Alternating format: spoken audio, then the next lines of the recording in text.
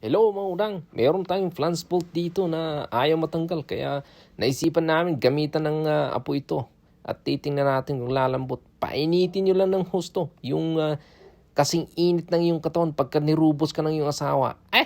Ganyan lang mga insan. Mekos-mekos nyo lang. Kaso nga lang, ito talaga ang hirap tanggalin. Matigas ang ulo kaya naisipan namin subukan yung isang bolt at eto nga't minekos-mekos namin. Sinunog namin ng husto hanggang sa uminit ng husto.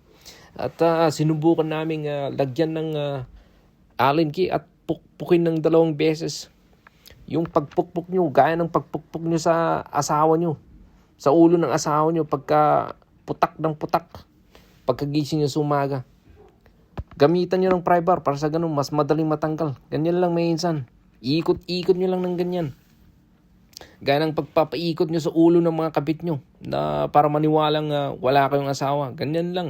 At eto namang si insan ko, hindi makaget over. Kaya eto, binalikan yung isang bolt na ayaw matanggal at sinunog na naman.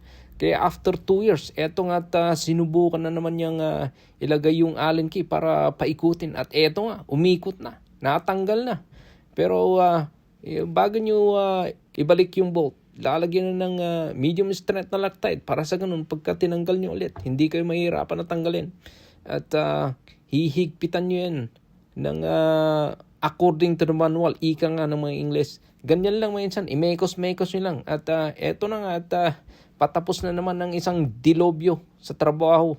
Kaya ganyan lang minsan, imekos-mekos nyo lang, sunugin nyo kung ayaw matanggal, lagyan nyo ng gasolina para sa ganun uminit at masunog.